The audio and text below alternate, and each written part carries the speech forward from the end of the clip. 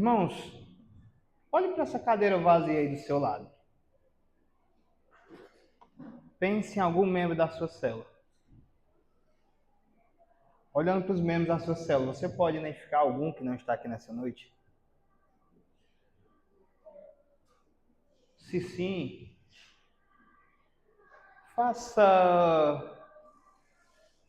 tenha a seguinte atitude quando chegar em casa hoje. Mande mensagem, dê uma boa noite, pergunte por que ele não veio ao culto hoje, o que foi que aconteceu. Isso não é só trabalho dos pastores, isso não é só trabalho dos líderes, dos Timóteos, é trabalho de toda a igreja. Porque o que gera ovelha, irmãos, é a ovelha. E quem ajuda a ovelha na caminhada é a ovelha que está ao seu lado. Por isso, faça isso quando chegar em casa. Lembre desse irmão que talvez não esteja aqui nessa noite. Amém? Vamos para a palavra. Convido os amados a abrir comigo suas Bíblias no livro de Gênesis, capítulo de número 29.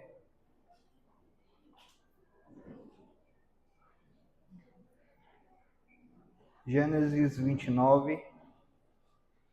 Vamos ler a partir do versículo 31.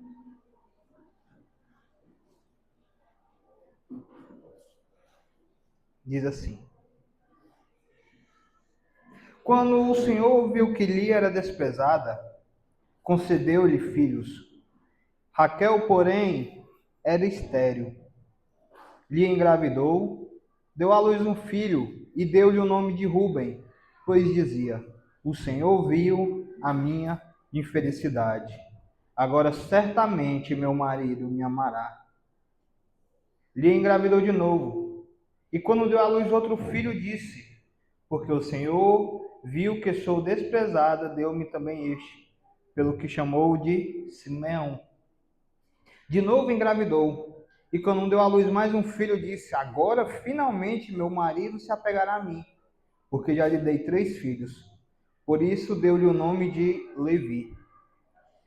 Engravidou ainda outra vez, e quando deu à luz mais outro filho, disse: Desta vez louvarei o Senhor. Assim deu-lhe o nome de Judá.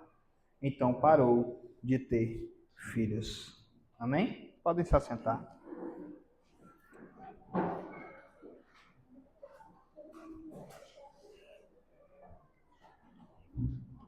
Amado ou desprezado? Como você se sente? Verdadeiramente, como você se sente? Ao olhar para o seu coração, sem máscaras, sem mentiras, sem jargões, você verdadeiramente se sente feliz nessa noite? Você verdadeiramente, ao olhar no seu coração, encontra prazer na sua vida? Como você se sente? Nós aqui estamos, irmãos, diante do relato da família de Jacó. A família descendente de Abraão. Aquele homem que era um idólatra, mas o Senhor o chama e faz promessas para ele. Promessa de uma geração, promessa de uma família a qual povoaria a terra, promessa de uma descendência tão numerosa como as estrelas. Estamos aqui diante de Jacó, o futuro Israel, a qual daria nome àquela nação. Israel, ou Jacó, que no capítulo anterior engana o seu pai, engana o seu irmão, e vai buscar abrigo na terra do seu tio, na família do seu tio Labão, na família da sua mãe. E aqui nós vemos Lia, uma mulher desprezada. Lia, uma mulher sofredora. Lia, uma mulher que não era feliz. Vemos ela sendo desprezada pelo pai. Veja comigo o versículo 14 desse texto a qual nós lemos. Labão lhe disse, isso é Labão dizendo a Jacó: Você é sangue do meu sangue. Já fazia um mês que Jacó estava na casa de Labão, quando este lhe disse: só por ser meu parente você vai trabalhar de graça? Diga-me qual deve ser o seu salário. Ora, Labão tinha duas filhas. O nome da mais velha era Lia, e o nome da mais nova era Raquel.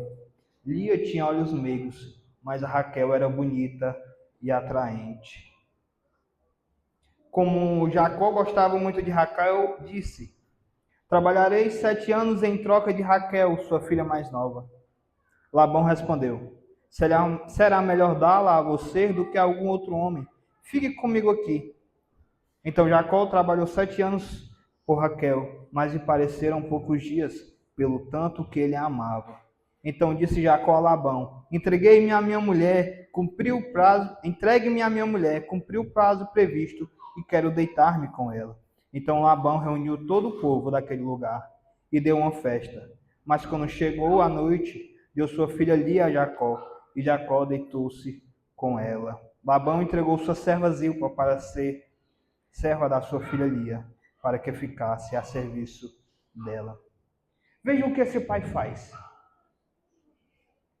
O texto nos introduz na história dizendo que Raquel era bonita e atraente, e quando Lia tinha os olhos meigos ou os olhos apagados.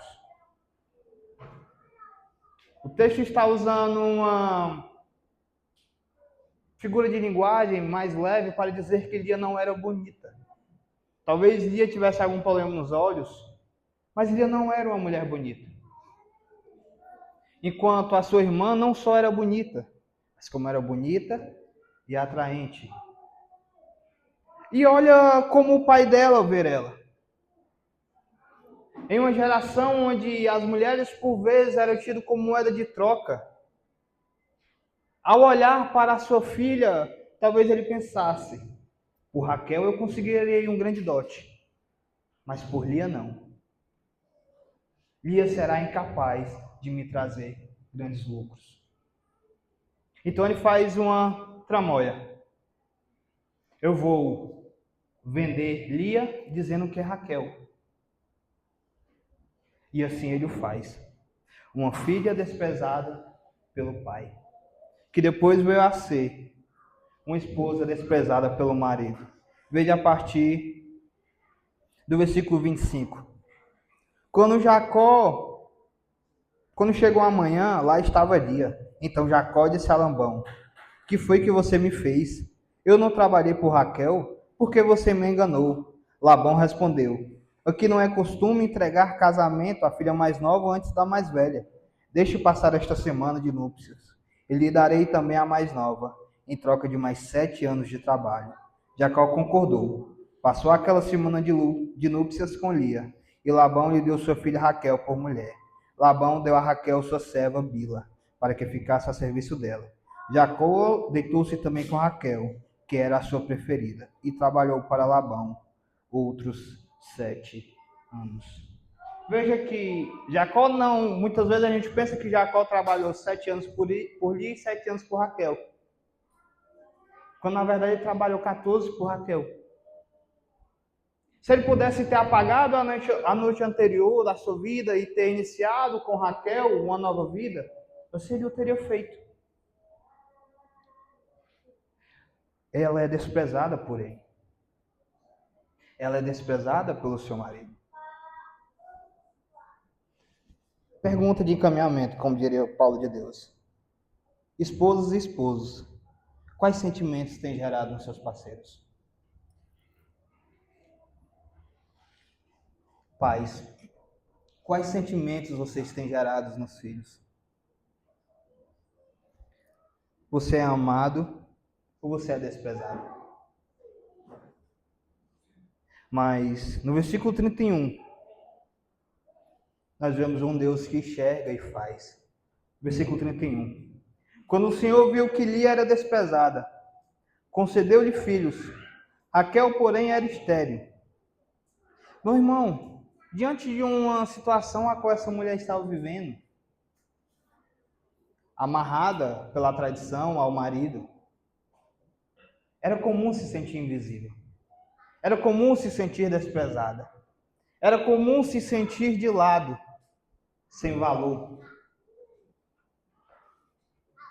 Era comum, naquela situação, ela sentir a dor do desprezo.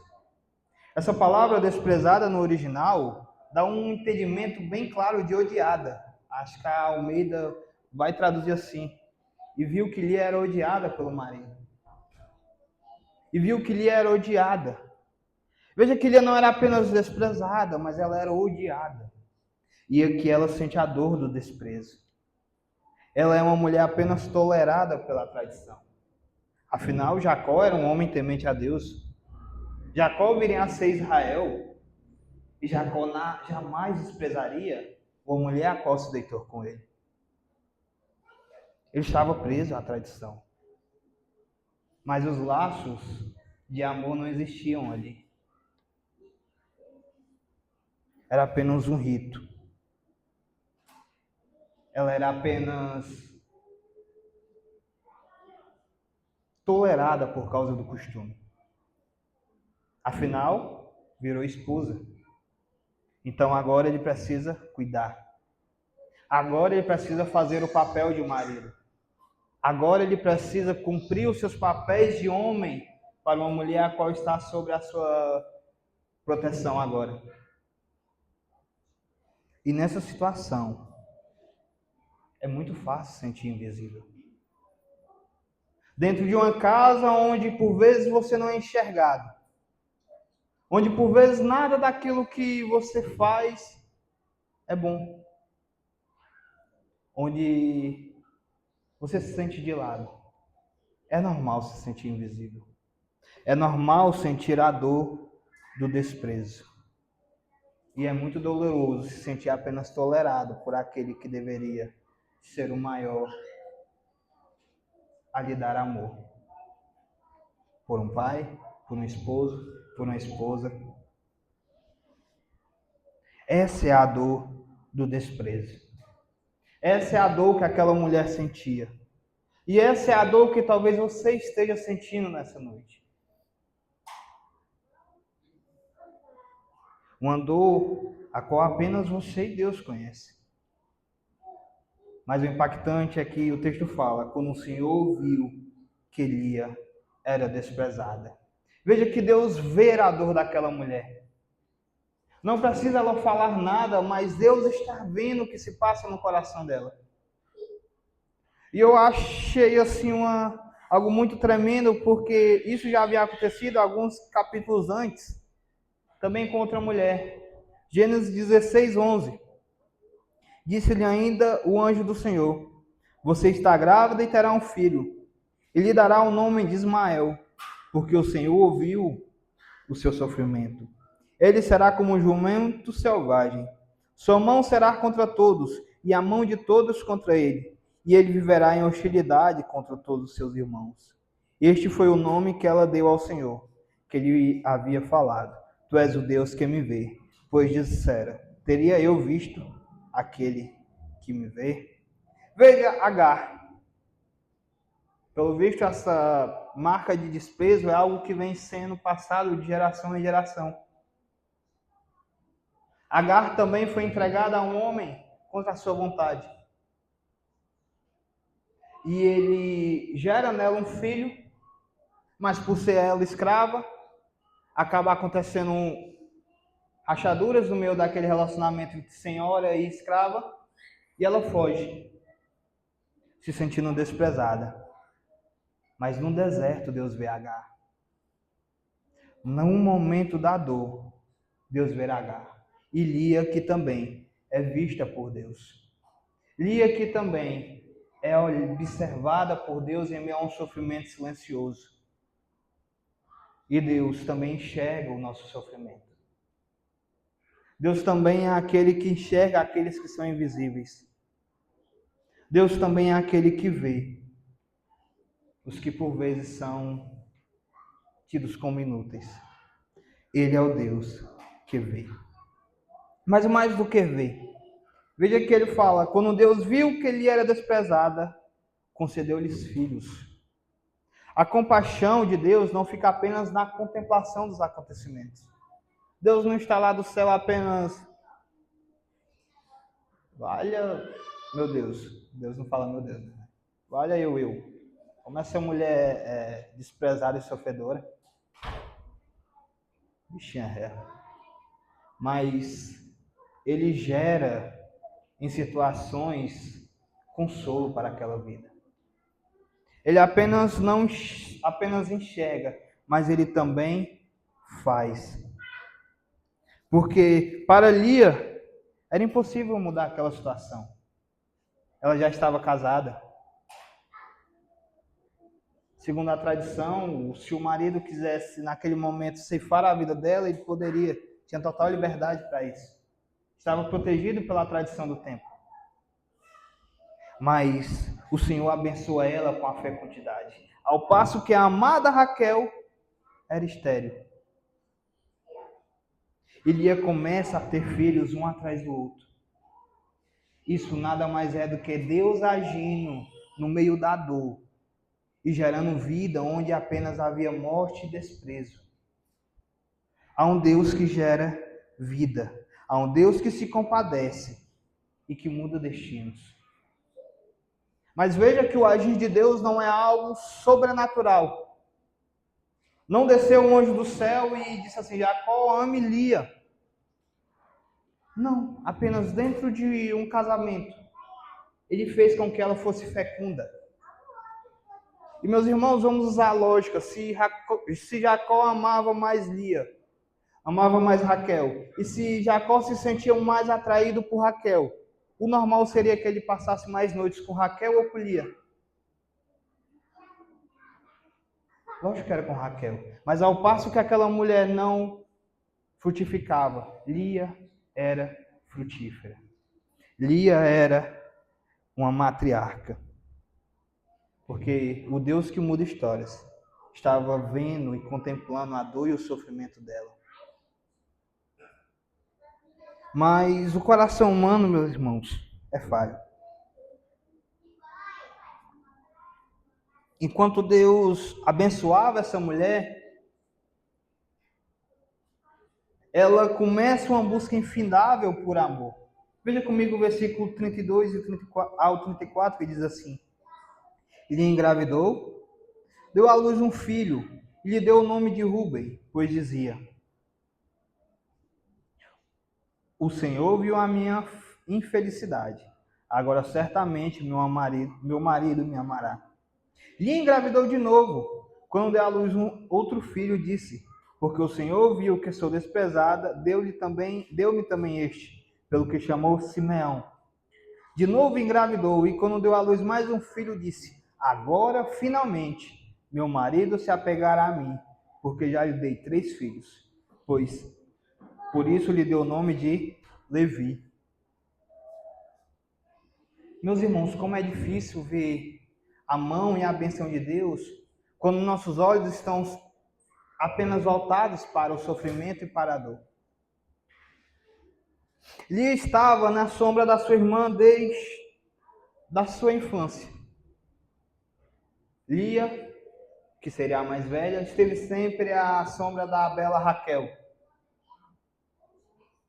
E isso também, como eu já disse no começo, gerava com que o pai pensasse: poxa, eu preciso casar a mais velha, mas ao mesmo tempo o dote da mais velha não será tão grande como o dote da mais nova. E o que eu farei? Ao entrar no noivado, e isso aqui nessa cultura é algo muito forte, o noivado, que tem a festa, uma semana de festa, a noiva com o véu durante a festa para se encontrar com o noivo, e eu não pude passar por isso, porque quem estava ali era sua irmã Raquel. Ela só foi para dentro do quarto com Jacó. Logo, a jovem Lia não teve o seu momento de noiva tão aguardado por uma jovem naquela cultura. E logo após, ela virou na sombra da sua irmã como esposa. Raquel era a preferida de Jacó.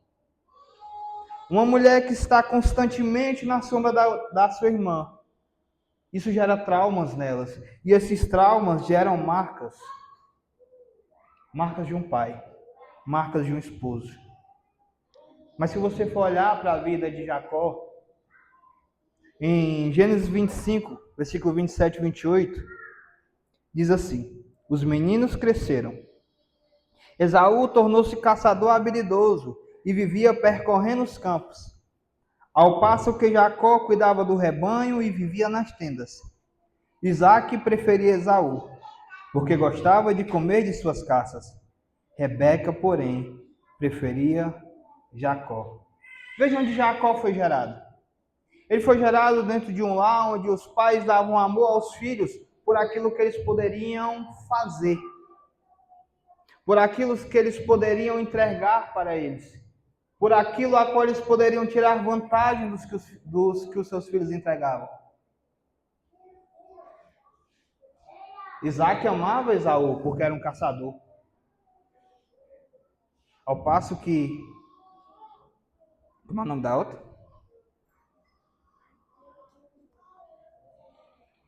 Rebeca. Eu ia falar a Raquel de novo. Ao passo que a Rebeca amava o Jacó porque estava com ela dentro de casa. É neste contexto que Jacó é gerado. E é nesse contexto, e é isso que Jacó faz quando vai para dentro de seu lar. Isso não ficou apenas com as esposas. Se você ler a genealogia e ler quando nasce o primeiro filho de Raquel, meu irmão, o José era um... Jesus não tinha vindo ainda, né? Mas é como se fosse Jesus no céu e José na terra. Tudo era para ele. Quando veio o Benjamim, do mesmo jeito. Então, é um homem que faz acepção dentro do seu lar. Mas entenda uma coisa. Aquilo que foi gerado no passado não é desculpa para gerar mais traumas no presente. Porque é um Deus que cura. Porque é um Deus que restaura. Mas este homem estava gerando marcas. E o que é que Elias se vê obrigada a fazer nessa situação? Agora ela começa a fazer para ser visto. Ela tem o primeiro filho e coloca o nome dele de Rúben. Rúben, que significa eis um filho. É como se Lia dissesse: poxa, eu posso não ser tão bonita como a minha irmã. Eu não posso ser tão atraente como a minha irmã. O meu marido pode não me amar como a minha irmã. Mas olha o que eu sei fazer. Eis um filho. Eis o primogênito de Jacó. Eis um filho. É como se ela dissesse: olha o que eu sei fazer. Me dê valor. Me dê valor porque eu faço. E agora essa mulher começa a viver uma constante vida que busca a aceitação dos outros a todo momento. Uma vida baseada as pessoas olharem para ela, em especial o seu marido, e a respeitá-la, e a ter apreço por ela, e a querer ela mais próximo. E agora ela passa a fazer para ser vista. Eu tenho um filho. Eu tenho um filho. Olha o que eu sei fazer. Olha o que eu faço. Olha para mim. Me dê valor. Uma vida baseada em fazer para ser visto e admirado pelas pessoas. E isso é uma vida vazia. Porque nos versículos 33 e 34 o texto continua assim: Lia engravidou de novo. E quando deu à luz outro filho, disse: porque o Senhor viu que era desprezada, deu-me também este, pelo que chamou Simeão. De novo engravidou, e quando deu à luz mais um filho, disse: agora finalmente meu marido se apegará a mim, porque já lhe dei 3 filhos. Por isso lhe deu o nome de Levi. O texto não diz quando o tempo passou do primeiro para o segundo filho, nem do segundo para o terceiro filho. Mas o que o texto diz é que o tratamento não mudou. Jacó continuava desprezando Lia. Lia continuava invisível aos olhos de Jacó. Imaginem também nessa cultura, onde as famílias viviam em acampamentos. Então era primo com primo, todo mundo dentro de um grande acampamento, e todo mundo sabia da história. Que Lia tinha sido entregue a Jacó contra a vontade de Jacó. Com certeza aquela mulher era desprezada fora de casa também. Mas há um Senhor que abençoa ela, ao Senhor que vê o sofrimento dela. Mas essa vida baseada em reconhecimento é desprezar as bênçãos de Deus. Simeão significa ouvido e Levi, unido a. Veja que as bênçãos de Deus para Lia não eram suficientes. As bênçãos de Deus serviam para alcançar algo a mais, porque faltava-lhe o reconhecimento de seu marido. Logo, ela era sim uma grande matriarca. O Senhor vinha abençoando ela e ela vinha gerando filhos, filhos homens e filhos saudáveis. Mas ainda faltava algo.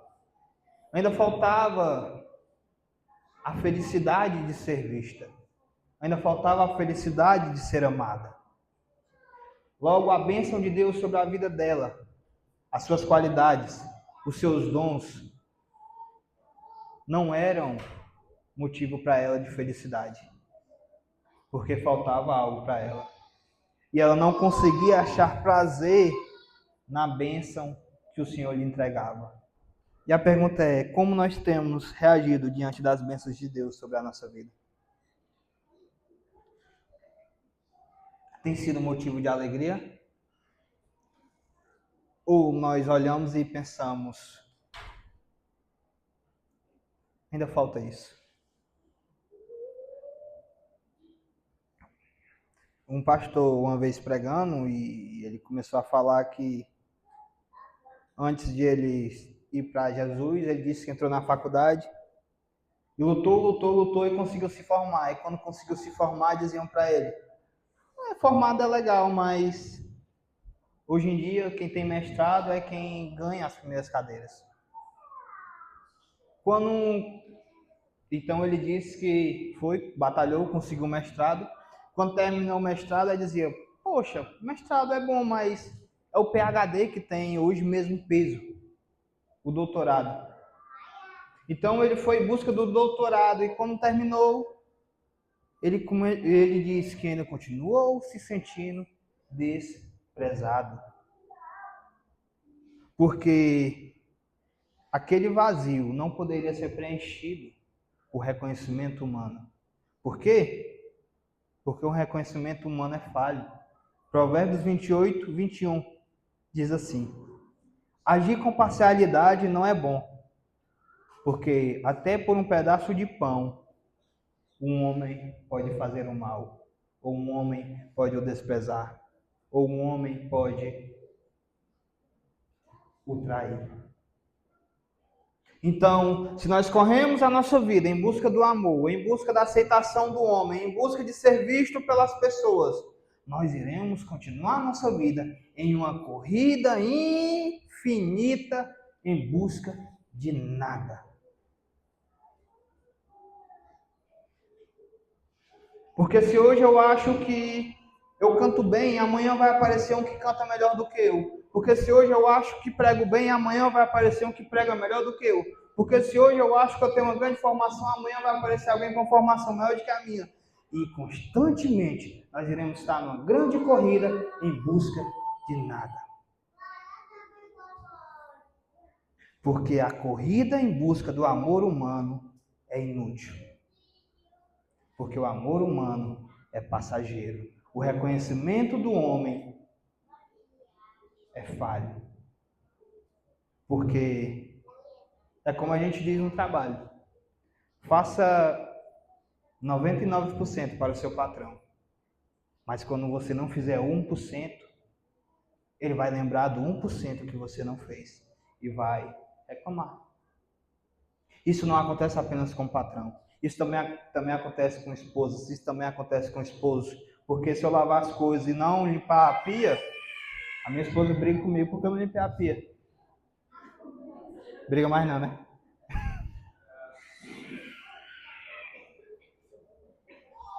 Tem que achar um pouquinho de graça, vocês estão muito sérios, galera. Fico com vergonha quando vocês estão sérios assim demais.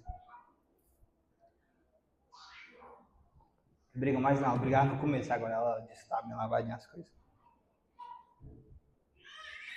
Mas essa luta pelo reconhecimento é uma luta vazia. Porque o homem, até por um pedaço de pão, transgride, lhe trai e lhe troca. Mas há um amor verdadeiro. Versículo de número 35. Engravidou ainda outra vez, e quando deu à luz a mais outro filho, disse: desta vez louvarei ao Senhor. Assim deu-lhe o nome de Judá. Então parou de ter filho. Veja que Lia estava em uma constante luta. Lia estava em uma constante batalha, onde talvez ela achasse que estava competindo contra a sua irmã, para ver quem era mais amada pelo esposo. Mas na verdade era uma competição dela contra ela mesma. Depois a irmã entra também no barco e começa aí, se você ler, e deve conhecer já a história, que elas começam a um ir gerando, aí a outra gera e quase morre, mas sobrevive. Aí começam a entregar escravo, fira uma, borbulhice medonha. Mas neste momento, Lia pode ver e compreender a verdadeira felicidade. Qual o sentido da vida? Qual o propósito da minha vida? Talvez Lia se perguntou naquele momento. Será que a minha vida vai ser essa? Gerar filhos para que ele me ame e ele continuar sem me amar? Gerar filhos para que as pessoas me reconheçam, mas eu continuar sendo apenas a segunda esposa de Jacó, a desprezada? A filhinha feia de Labão? Será que essa vai ser a minha vida? Mas ela entende que o sentido da vida dela e o sentido da nossa vida é viver para o louvor e a glória de Deus. Veja o que ela disse: desta vez louvarei ao Senhor. E Judá significa justamente isso, louvor. Porque quando Lia entende que ela não estaria completa em ser aceita ou amada pelo marido, em ser aceita ou amada pelos que estão vendo o seu sofrimento, mas que estaria completa encontrando prazer no Senhor, aí ela se vê completa. Veja o que o texto fala: e Lia de novo engravidou. E Lia de novo engravidou. No versículo 35 fala: engravidou outra vez Lia, e deu à luz mais uma vez. Vejam como está repetitivo a palavra de novo, de novo, de novo, de novo. Como se fosse uma busca constante. De novo, e tentei de novo, e de novo. Mas agora ela achou o seu prazer, que é no louvor do Senhor. E o texto diz: então parou de ter filhos. É como se o Senhor estivesse dizendo: você entendeu agora. Isso é o significado. Desfrutar das bênçãos do Senhor é estar verdadeiramente completo nele. A bênção não é usada como moeda de troca para me conquistar algo a mais. Mas a bênção e a presença do Senhor é a completude da vida. Deus me vê. Ela fala: ó, fui ouvida por Deus. Deus me ouve. Fui ouvida por Deus. Deus está junto a mim. Agora eu o louvarei. Porque Ele está aqui. Veja que a situação não mudou. O texto não diz que Jacó agora começou a amar Lia. Mas o que mudou foi o coração de Lia e o entendimento de quem ela era na presença do Senhor. E o entendimento da verdadeira completude de estar na presença do Senhor. Por isso, meus irmãos, busquemos estar completos no Senhor. Salmos 37, versículo 4, o salmista vai dizer: deleita-te no Senhor, encontre prazer no Senhor, e Ele atenderá aos desejos do seu coração. Porque encontrar prazer no Senhor é encontrar a alegria verdadeira nele. Não é ter o Senhor e algo mais. Não é ter Senhor e o amor de fulano. Não é ter o Senhor e um cargo. não é ter Senhor e uma empresa frutífera, é ter prazer verdadeiro no Senhor. Porque o Senhor é o único que não esquece de nós. Isaías 49, versículo 15. Será que uma mãe pode esquecer do seu bebê, que ainda mama e não ter compaixão do filho que gerou? Embora possa se esquecer, eu não me esquecerei de você. Ele é o único que nunca deixa de nos ver. Ele é o único que nunca vai se esquecer dos seus. Ele é o único que tem um amor perfeito. E Ele é o único que há cura na sua presença. Enquanto o mundo machuca, julga e exclui, o Senhor abraça e cura. Vinde a mim, todos que estáis cansados e sobrecarregados. Lembra da parábola do grande banquete? Chame os pobres, os coxos, os cegos, e deixe que entreis. Esse é o nosso Senhor. Ele é um Senhor que honra os sofredores. Ele é um Senhor que honra os sofredores. É teologia da prosperidade. Gênesis capítulo 49, versículo 29 e 31. A seguir, Jacó lhe deu essas instruções, Jacó no seu leito de morte. Estou pronto para ser reunido aos meus antepassados. Sepultem-me junto aos meus pais na caverna do campo de Efron, o Hitita, na caverna no campo de Macpela, perto de Maré, em Canaã, campo em que Abraão comprou em Efron, o Hitita, como propriedade para a sepultura. Ali foram sepultados Abraão e Sara, sua mulher, Isaque e Rebeca, sua mulher, e ali também sepultei Lia. Até hoje, se um dia você conseguir ir a Israel, quando eu for, eu tiro uma foto e mostro para vocês. Quem está lá não é Raquel ao lado dos patriarcas. É Lia, a desprezada. Lia, a que não foi amada. É Lia, a esposa de Jacó. É Lia, que foi honrada pelo Senhor que a via, pelo Senhor que a ouvia e pelo Senhor que fazia por ela. E o incrível é que Lia se tornou uma matriarca das principais tribos de Israel. Levi, a tribo dos que serviam no templo, dos que trabalhavam, a tribo dos sacerdotes, a qual ofereciam sacrifícios em favor do povo. A tribo daqueles que traziam a presença de Deus e que traziam o perdão de Deus aos pecados do povo de Israel, nasceram de Lia.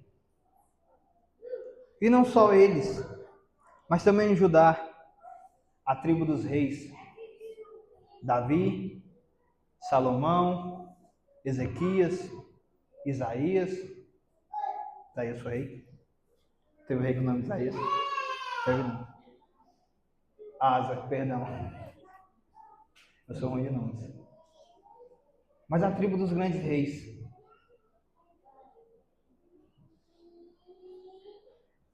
E a tribo dos reis, Jesus, o leão da tribo de Judá. Diante disso, o que é que eu tenho nada a ver com isso? O Senhor tem um propósito para a sua vida.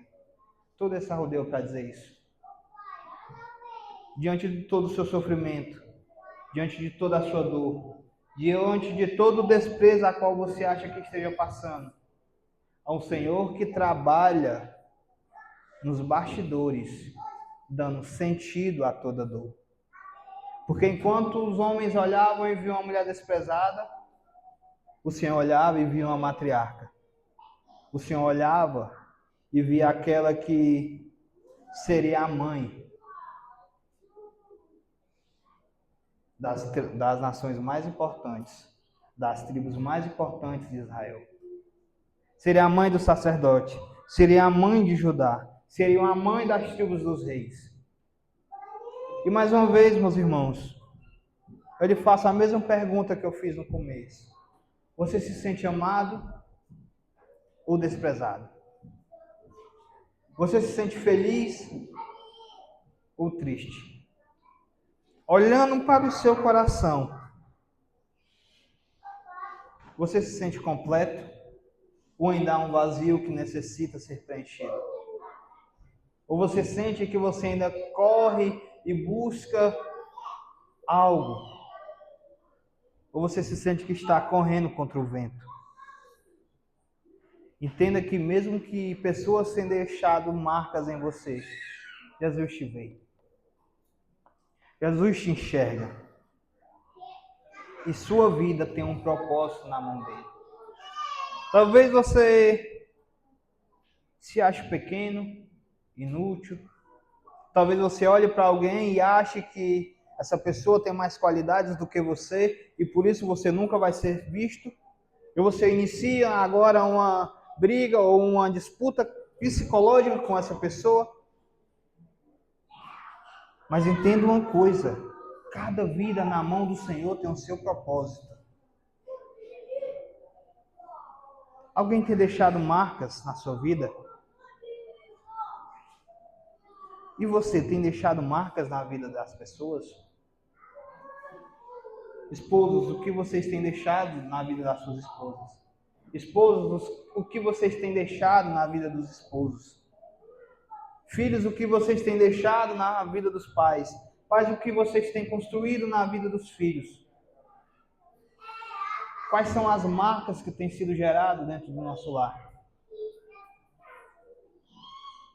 Líderes, o que vocês têm gerado nos seus liderados?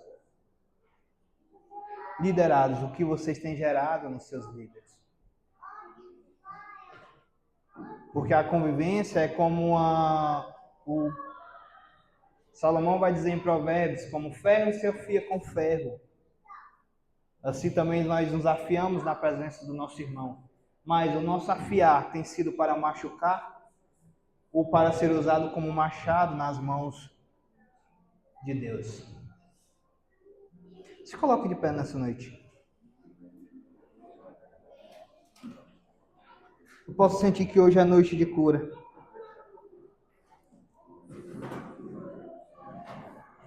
Pare de olhar para as pessoas, meus irmãos. E olhe para Jesus. Olhe como Jesus lhe vê nessa noite. Olhe o que ele tem para falar sobre a sua vida nessa noite.